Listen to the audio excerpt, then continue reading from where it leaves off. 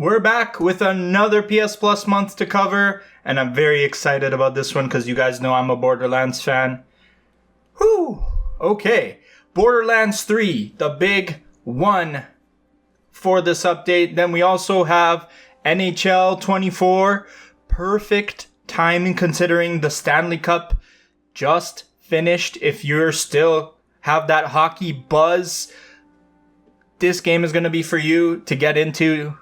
I don't really like the EA Sports games, but if you've got the hockey bug still right now, definitely want to check out. And then, of course, Among Us. That's a good one, especially considering it's a multiplayer game. It's perfect to give to everybody who already doesn't have it. That game blew up back then.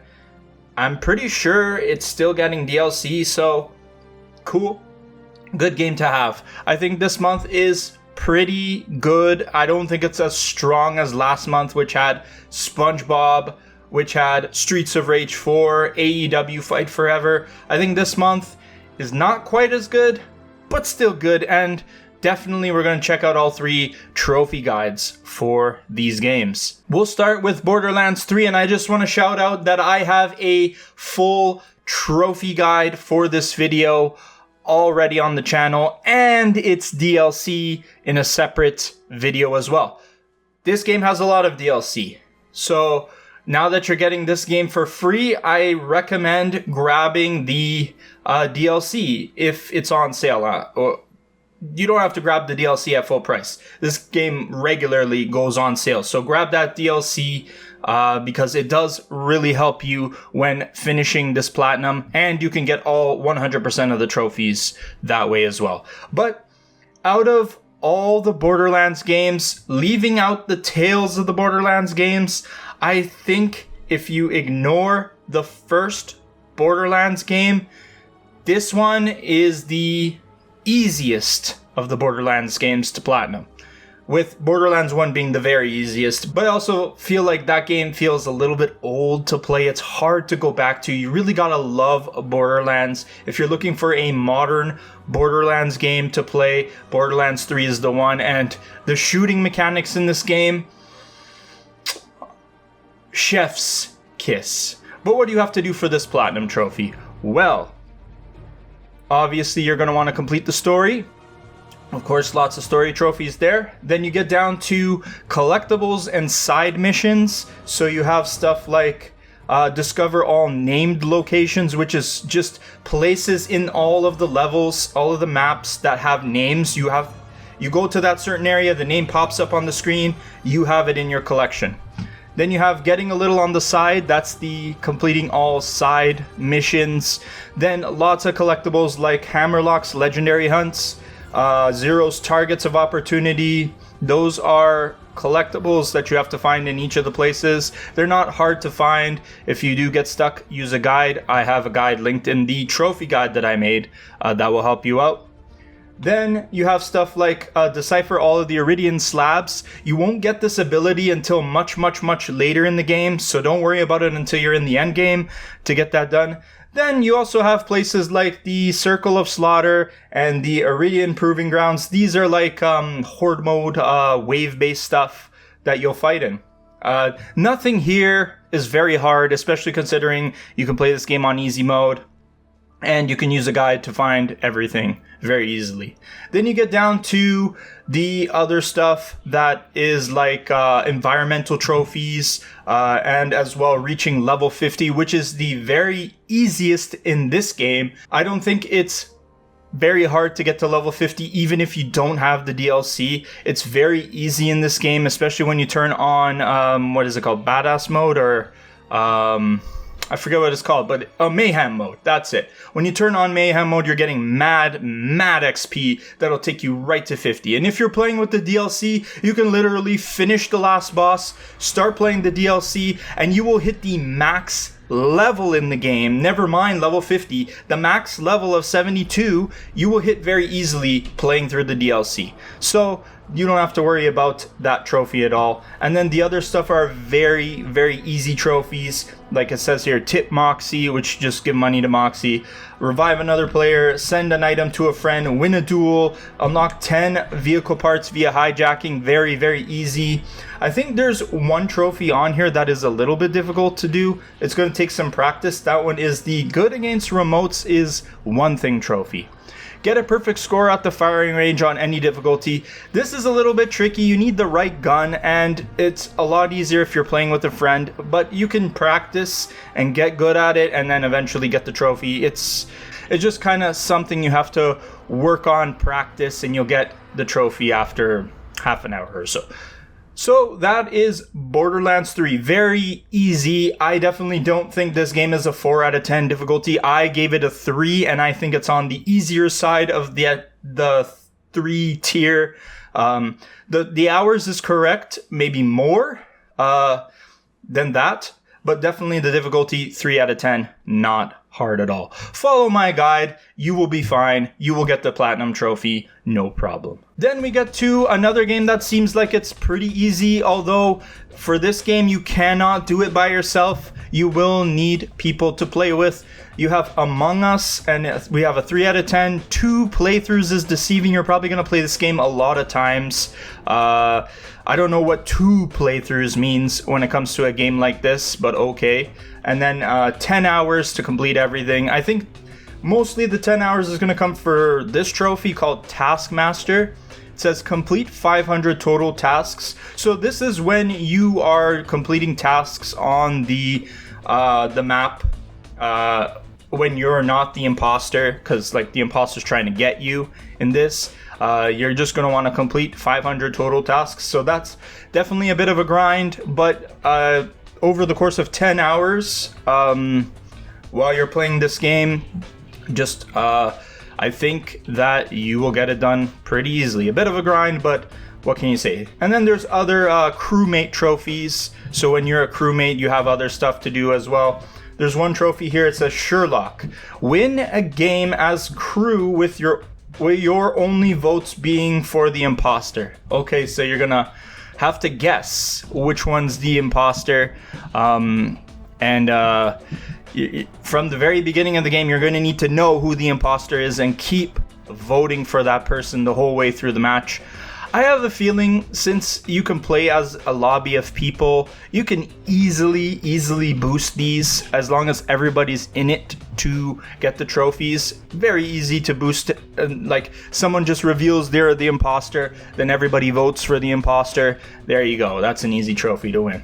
Then now there are trophies for when you are the imposter, and one of them I was looking at here, Circumventer, which win a game without using vents as the imposter. So that's one of them. Never suspect a thing. Win a 2 imposter game with both imposters alive at the end of the game. So 2 imposters, both of you have to kill everybody, leave no witnesses,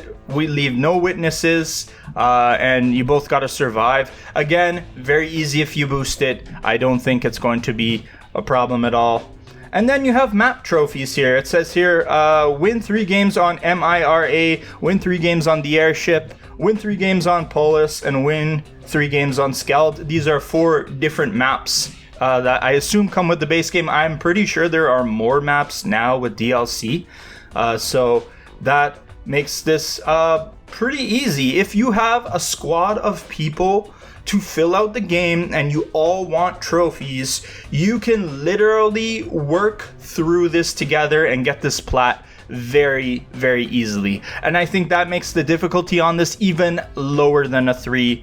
I'm pretty sure all of these trophies do not matter when it comes to like playing matchmaking or anything like that. So if you have a squad who wants to get all the trophies, very easy. Among Us is definitely not going to be a hard game at all to do.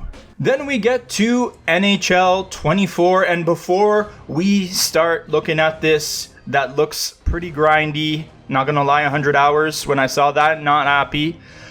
Congratulations to the Florida Panthers on winning the Stanley Cup. I, of course, being a Canadian, had to root for the Edmonton Oilers, and they almost had it.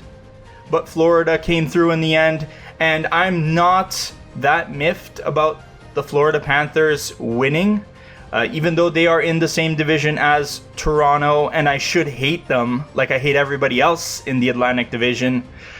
I am a huge fan of Paul Maurice and a couple players on that team like Matthew Tkachuk, Carter Verhaeghe, Barkov. I think those guys are awesome. And I think Paul Maurice is especially awesome. I'm so happy he won the cup. Congratulations to him as well. He deserves it.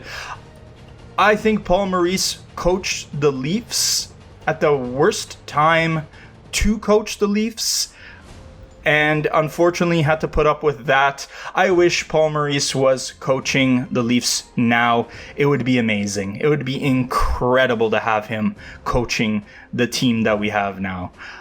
It would be amazing. But anyways, that's enough hockey talk. Let's get to the trophy run. As I said, 100 hours, not happy about that. And there are two here that come up that under the grind section. And the culprit really is this one. It's called greatness. It says here, break the NHL record for points in a career and be a pro. The problem with doing this is that you have to reach a certain amount of points for your created pro character. And if you don't, you will not break the record. It's not like you can just keep playing season after season after season and just, I'll just tack on more points. Your pro character has a shelf life like all hockey players do. So if you do not do it by the time you retire, which here it says earlier at season 16, so from the start to the end, you have to get 2,857 points in 16 seasons. That's crazy because that makes the average 180 to 200 points a season. Listen. Connor McDavid had a season where he had 150 points, I believe it was, something along those lines. And you need to one-up that by 30 to 50 points every single season, even while you're building up your character, which will have low stats at the beginning. So this is a freaking grindy ass trophy, potentially missable as well. This is an annoying trophy that you will need to work hard in the early onset to set yourself up to have a team that is going to be able to allow you to do this. This is a really annoying trophy. And on top of that, you have some other trophies that look like they're missable as well. Trophy case and We Are the Champions. Trophy case says win the Calder Trophy and Stanley Cup in the same year in Be a Pro. So that means you're going to need the Stanley Cup, which is playing your NHL team, and you're also going to need your farm team. Like, you know how there's a team, like let's say there's the Toronto Maple Leafs and the Toronto Marlies. The Calder Cup is for your farm team, that like Toronto Marlies winning their season and their playoffs. You need both of these to work at the same time. No wonder it's missable. That is a little bit annoying. I don't know how you control both destinies like that, but apparently you have to do this to get this trophy.